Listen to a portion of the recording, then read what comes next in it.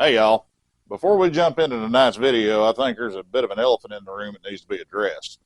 By now, a lot of you guys have probably heard about the dust up and the backlash over a very specific and very damning article that was posted on bikernet.com the other day. A company that is currently, to the best of my knowledge, as of February 11th, here in 2026 in the year of our Lord at about 8:35 p.m. Yeah, it's Wednesday evening. I just got home from work. I heard about this earlier today, and let me just say that a lot of my perceptions of the culture have changed dramatically over the past few hours. Honestly, it makes me sick to my stomach because I can remember whenever I was a kid, sneaking, shots here and there of Easy Riders that somebody may or may not have accidentally left in the break room at a dealership that I started out in Arkansas, and kind of here, there, everywhere along the years. I mean, you always see these guys hanging out at, all the big rallies and all that stuff. Keith Ball, the owner of Easy Riders magazine. Mr. Ball, you have a problem within your organization. You have a cancer. And being as how you're the owner, you are in fact the leader and HMFIC of Easy Riders magazine. When you get right down to the nut cutting, the buck stops with you, man. Now, here's the thing. There's no way you can rationalize this. There's no way that you can smooth this over. It's been taken down, but the thing is, the screenshots are out there. I have one. I'm not going to waste people's time by posting it, and quite honestly, I find it very disgusting, and I don't care to have it here on my platform here on YouTube. However, I will say that what was written is very damning, and it's very descriptive. Now, as a father, as a grandfather, this disgusts me. As a motorcyclist, this embarrasses me. And as a human being, this absolutely horrifies me. Now, Mr. Ball, you need to step up to the plate a little bit here. Questions need to be answered. And there needs to be a reckoning. The justice from this reckoning needs to be dealt out swiftly and harshly. I absolutely support my friend Jared Weems for the action that he took. I absolutely support my friend Shade Tree Surgeon Josh for the actions that he took. And I will stand behind those two men any day and twice on Sunday for their beliefs and the stance that they have taken on this. Because in the grand scheme of things, I don't have a damn thing to lose here by putting your name on blast. But you know what? I got this bad problem where I ain't got much of a filter. And when I see basically a piece of shit in the world, I'm going to point it out. Yeah. Mr. Ball,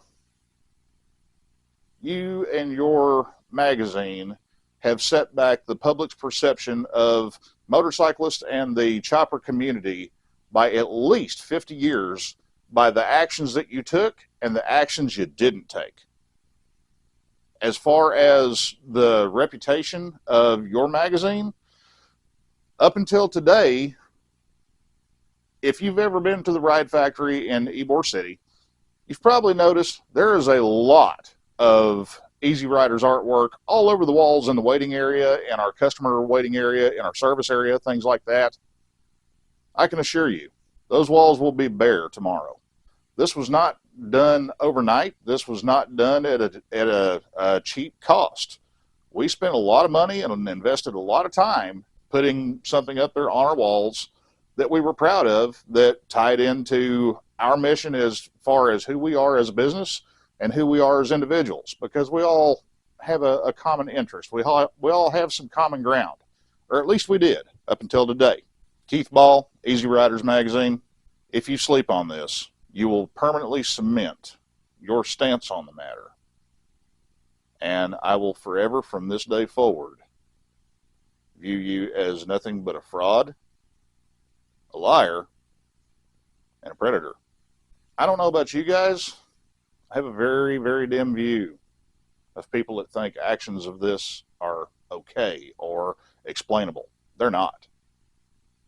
There is no way to rationalize. There is no way to explain. And there is absolutely no excuse. We're predominantly motorcycles here at JTMJ. But you know what? I ain't above building a hot rod wood chipper.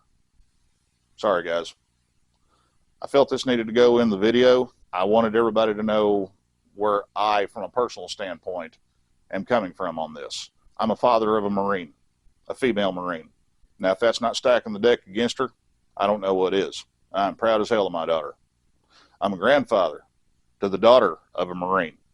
It terrifies me that my granddaughter will have to live in a world where she has to constantly look over her shoulder and be on the lookout for bad actors and people with ill intent such as this.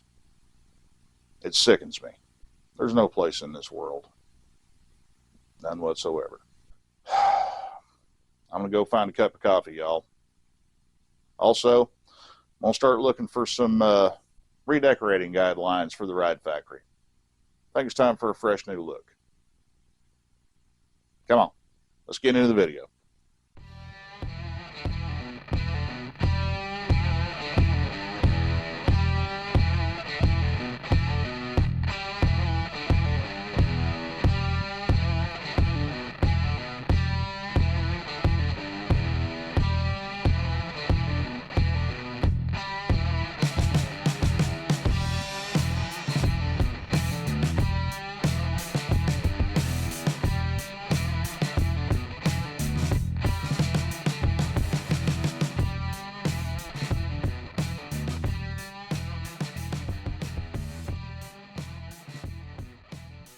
Hey y'all, everybody's favorite bumpkin here. Well, we got a new pulley, we got some new shocks, we got a new clutch. Let's throw this thing on the highway and see if all the work that we did was worth it. Friday night in Ybor, nothing like it. If your fetish is sitting at red lights and waiting on traffic to clear. Like I said, sitting at red lights and waiting on traffic to clear. I couldn't have timed that shit better, or worse. And of course, there's a bus right there. Never fails.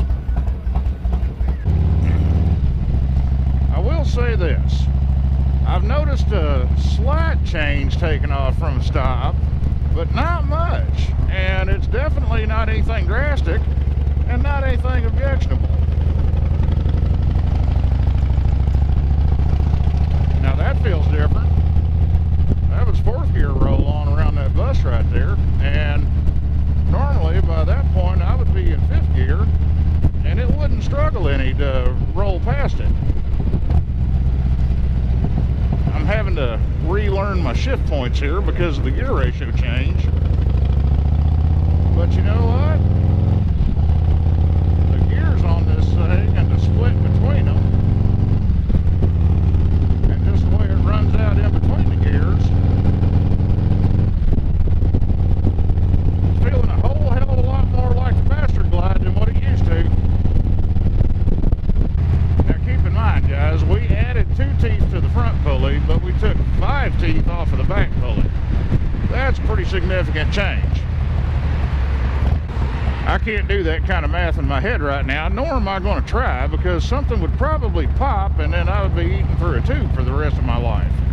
But that handy little calculator that I showed you guys in the last video when we were talking about gear ratios and whatnot, that would be a really good reference to look at right about now. That way you can kind of get a better idea on the math side of things, just how drastic of an impact on the final drive ratio the changes to the pulleys will make.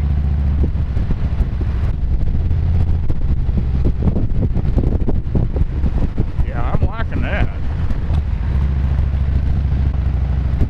Not liking this. Yuck.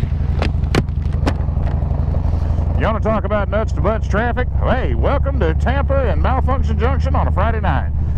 Oh, hell yeah. Well, could be worse. I could be stuck in Project Shitbox right now. I can't complain about the little Hyundai. Outside of the fact that a very good friend of mine was so gracious enough to donate the car to me because him and his wife, and I quote, got tired of seeing me freeze my ass off in the middle of winter. Well, 2 things wrong with that logic, Richard, and here's the deal. I got plenty of ass to go around, even though the beloved wife jokes around saying that all I've got's a back with a crack. She may not be too far off the mark there, but I'm proportional in that respect. That, and also, this is Florida. It don't get that cold. I mean, we actually saw temperatures in the freezing area here this past week for the first time that I've seen since I've been down here for almost 10 years now. And the locals didn't know whether to shit or go blind, okay? Yeah, that was a new thing for them. And me, I'm like, okay, hand me a hoodie, this feels good. Once we get out here where we got a little room to run, we can get a little bit better read on our gearing situation, but I'm going to go out on a limb here and say that Operation Mathematical Reckoning was a success. Because right now, boom, right there 70 mile an hour, and looky there, we're cruising at about 2,900 RPM, whereas before, we would have been cruising at about 30, well, actually, no, it would have been about 3,400, 3,500. So, yeah, I'll take that all damn day. I mean,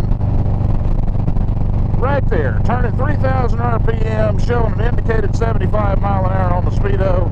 I have zero complaint, and that right there is exactly where I was hoping I would land at. So, cool.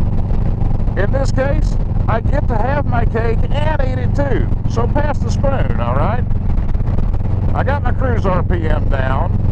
In theory, I should be able to not stress my motor as much, for my daily commute. Namely, I'm not going to be wringing its neck, just keeping up with traffic here. And also, on the flip side, potentially, and notice I say potentially in quotes there, I might get a little bit better fuel mileage out of this. Now, the reality of it is I'm going to be rowing the gearbox a little more often than what I normally would have had I left the bike gear stock. And I'm perfectly fine with that because it kind of is going to come out to being a wash in the grand scheme of things. I mean, after all, we're on a 65,000 mile Evo that makes a whopping 60 horsepower on a good day. But we're going to remedy that here in the coming months really, really, really well. So make sure you stay tuned for that. So the next plan is we're going to put a little bit more pop in the pop gun. Oh yeah, right there. Proof's in the pudding, baby. 80 mile an hour, turning not quite 3,200 RPM. That is perfect. That's an almost 600 RPM reduction on my cruising speed in top gear. I will take that all damn day. Satisfying, reassuring, resounding clunk that you get whenever you drop it out of neutral into first gear. Well, my clunk is gone. My clunk has gone missing. My clunk has absconded and is no longer a part of this plane of existence. How long that's going to last, I don't know. But the thing is, it's kind of messing with my head because there's been a couple of times already I've tried to take off from a stop sign and I didn't realize that, was I in gear? Was I not in gear? I don't know. So I got to kind of change up the order of operations just a little bit.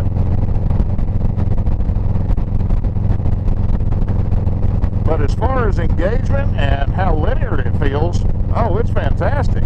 And small little info bit here for you guys that ride, Harley-Davidson stuff predominantly, or certain models of Yamaha and Honda bikes that use a diaphragm type spring on the clutch. But as far as engagement and how linear it feels, oh, it's fantastic.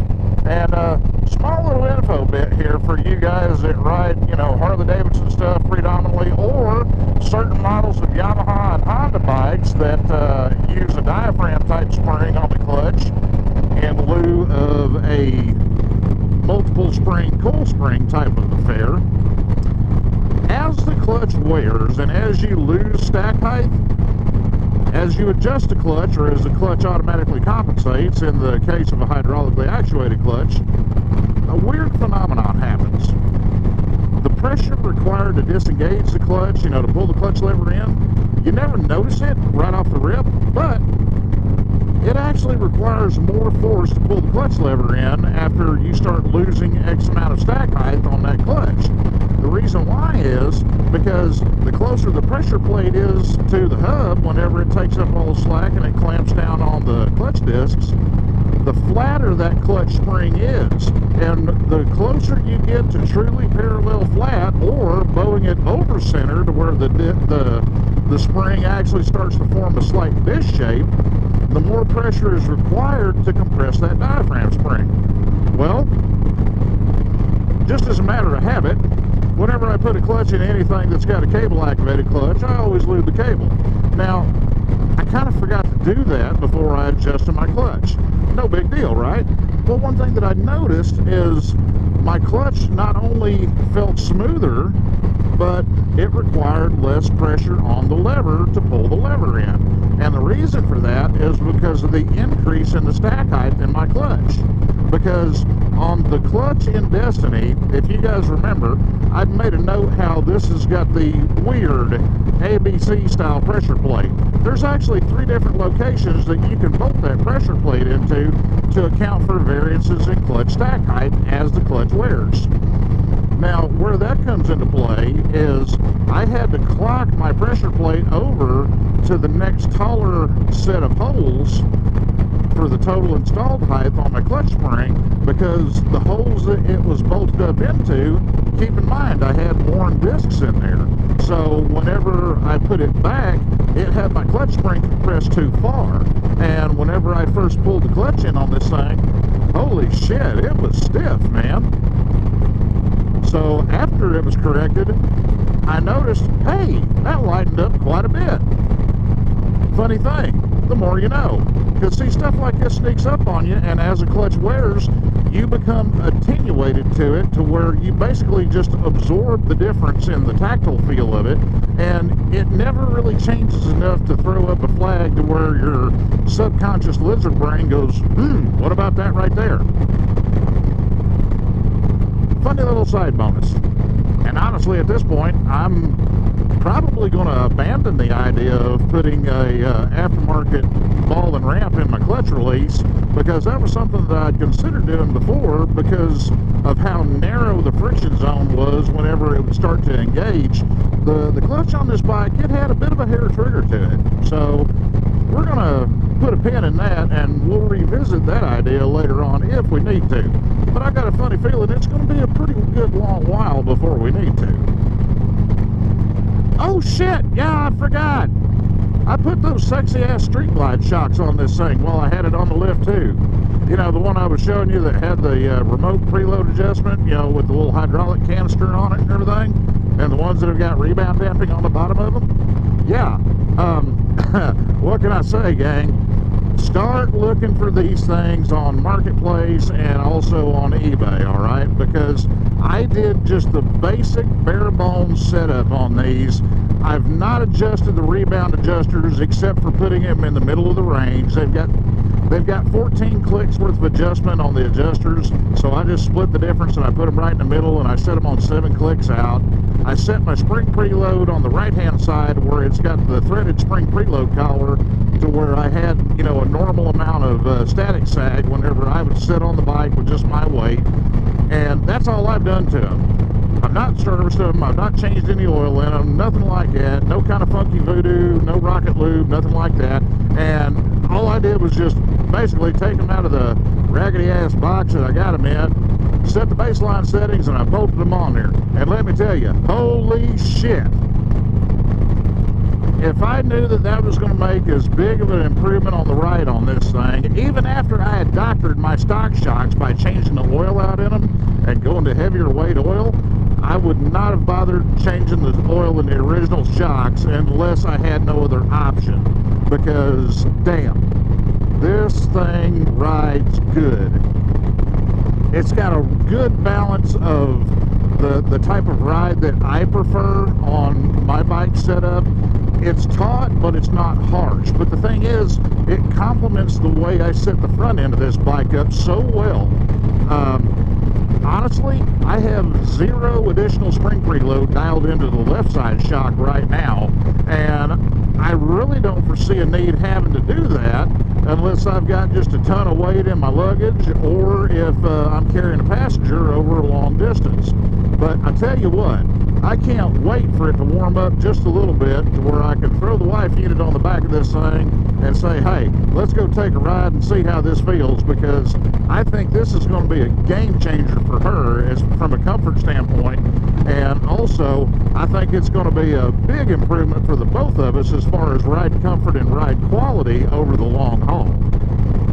Seriously guys, that one was a winner and a half. Start looking for these things on Marketplace and also your local independent shops, your local dealerships, you know, if you're in good with the guys that run the parts counter, something like that, or start stocking on eBay. They're 2025 model Street Glide Touring stock Harley shocks. That's what you need to be looking for, because man, these things feel awesome. I mean, flat out amazeballs awesome. It's like a comfortable, warm, cushy massage for your bottom parts. Yeah, I'm excited for this, because before I would have a lot more of the up and down teeter-totter seesaw action coming out of the back compared to the front because of the way I stiffen the front up. Now the bike has got a good balance point. It's got a good bias front to rear as far as spring rates go. Yeah, this works. This absolutely works. Now keep in mind guys, I'm a bigger guy, but still, there's plenty enough adjustability on the spring preload collar on the right hand shock, and there's a wide range of adjustability on the rebound damping adjusters on these shocks, to where if you weigh if you're my size, if you're a well-nourished individual, or if you're one of the types that's got a high metabolism to where you weigh about as much as your average bar of soap and you could hide behind a 2x4 stud, you're going to be able to adjust these things and set them up to where you can get a good baseline and get a good ride out of them. Man, I'm just loving this. I'm able to sit here and cruise at 75, turning $3 on the tach. I don't feel like I'm wringing this thing's neck. I don't feel like I'm over revving the motor. It's still responsive. I can feel a little bit of an impact on the roll-on acceleration, you know, but the offset from that is I got a little bit more leg room, so to speak, in between gears, to where, you know, I can rev it out more in between gears and build speed while keeping it the same RPM ceiling. So in that respect, it's kind of a wash a little bit. I mean, yeah, what can I say? I'm doing it, I'm digging it, I'm loving it. I'm mech loving it, hell yeah. Oh man, I want to take a minute to thank everybody over on the Patreon side and everybody that signed up on the YouTube channel as a new subscriber, because the views and the shares that you guys have put out there, that really helps, especially you guys from over at Patreon, all you supporting members over there. Seriously guys, thank you 1001%, because were it not for guys like you and people with the level of generosity that you have, it would be a lot longer in between times when I've got the ability to do mods and updates and try to bring old bikes into the modern era for you guys, just strictly from a budgetary standpoint, because there's a lot of times where, you know, hey, let's be real, life gets in the way, things happen, and sometimes finances that you thought you could plan on, well, it turns out you couldn't really plan on them because they had to get appropriated for something else that just happened to come up. Seriously, from the bottom of my heart, I appreciate you, I love you, and I owe you guys a big thanks that I never truly believe I'll ever be able to repay. Your support is greatly appreciated. So what's next on the agenda for Project Destiny?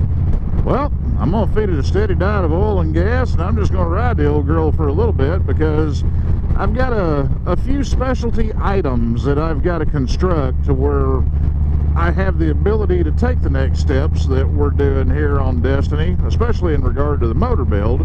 I'm not going to get into specifics on that right here, right now, but I'll bring you guys along for the ride as we go, because this is definitely one of those things where it follows my mantra of buy before build, because number one, I'm a cheap ass, and number two, I'm picky as hell, and I kind of had a hard time finding what I wanted for the money I was willing to spend out there. So I said, you know what, if I can't buy it, I'm just going to haul off and build it. So yeah, that's what we're doing. Stay tuned for that, guys, because especially you shot nerds and hardcore diehard gearheads, oh yeah, you're gonna love that shit. It's something that's gonna, you know, tickle your tism if you're one of these, you know, hardcore in-depth thousandth of an inch types.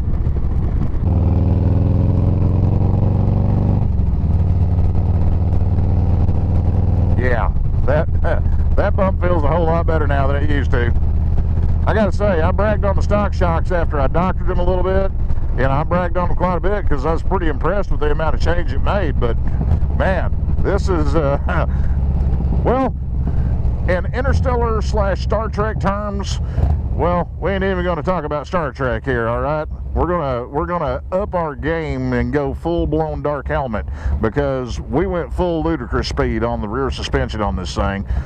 Bolting on these Street Glide shocks was absolutely amazing. I got a few other small mods and updates that I plan on doing on Destiny, but honestly, they're not anything, you know, big on my priority list. And, you know, it's little stuff here and there.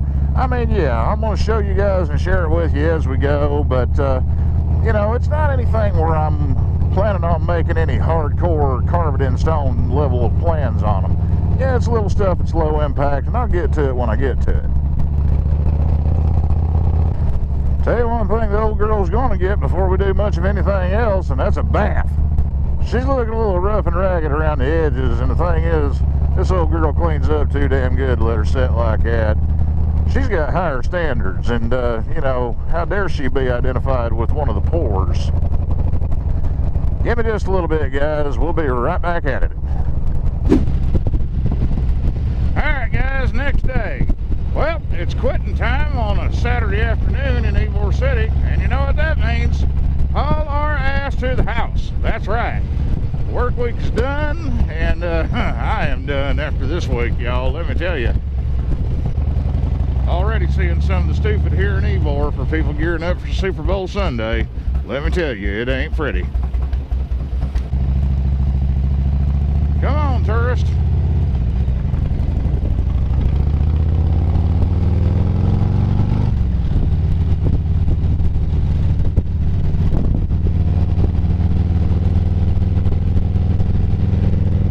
Man, that crosswalk back there feels so much better now.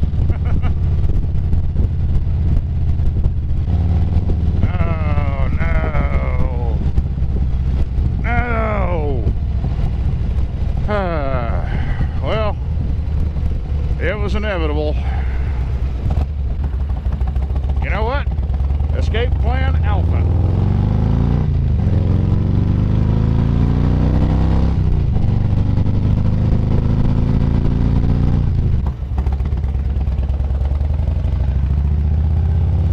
Oh, up here by La Segunda Bakery.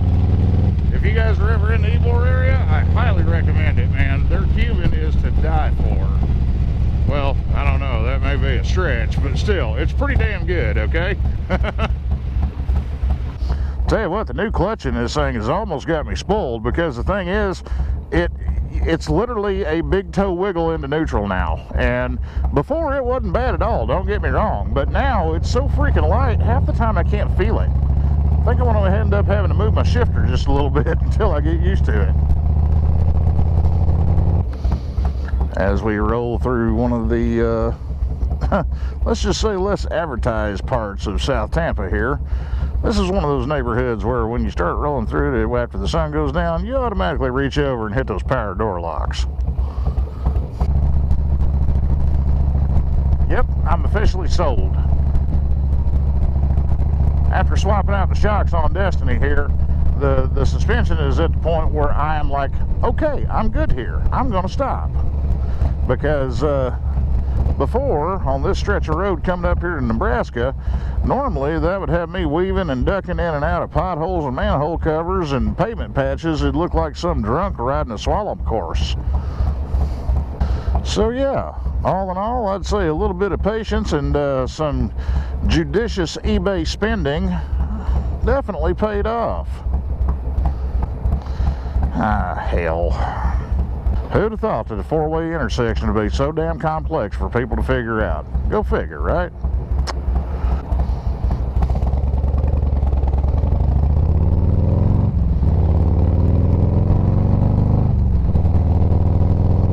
Yeah, I know I did a no-no back here, but you know what? I ain't gonna sit there and wait and get trapped in that crap again. Well, since my detour turned into a long tour, might as well go ahead and shoot down here and jump on the Selman. Besides, that strategically placed license plate mount back here on the tour pack, it will probably leave this a free of charge type trip.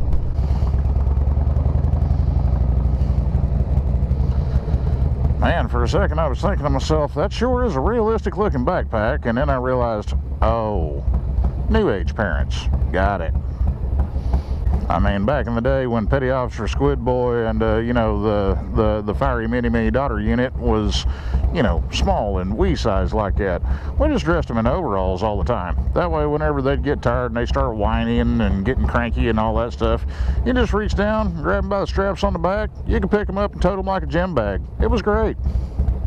Their bird's eye view of the parking lot at Disney their first time down here was very memorable. That's what you call a core formative memory there. If we can hurry up and get me out of the sparkly part of town, that would be very cool. Because you know what? My bank account and my upbringing says I don't belong here.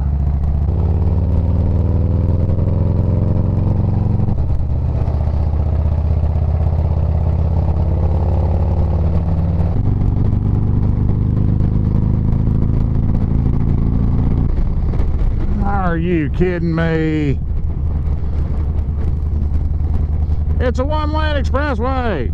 How in the hell is it getting backed up? Damn. Well, I guess we're going to be here for the duration, folks. Well, while we're sitting here in nuts to butts traffic, let's reflect on what we learned. Well, old stuff can absolutely be upgraded and improved upon without breaking the bank. 2, judicious searching and expenditures on eBay, provided you've done your research, that can pay dividends in lower investment costs and also improved owner satisfaction on updating a 40-year-old motorcycle. In layman's terms, cheap is good. And any day when you don't have to take the safety off the credit card, point it at something that you want, and pull the trigger and fire for effect, hey, that's a win in my book, okay? Besides, y'all know me. I'm a cheap ass. And number 3, most importantly, what we've learned is my sense of direction sucks, and my choices and shortcuts on getting me out of traffic and back to the house quicker, that's even worse. So yeah, never take directions from me. Ever. At all. I mean, a busted GPS is probably more accurate than I am. Anyway, just to summarize here. New shocks? Good. Updated shocks? Gooder. And, oh yeah. Just remember, gang, I love you. I appreciate you. I hope you're enjoying the view right there because it's damn sure pretty. And I will catch you guys on the flip side.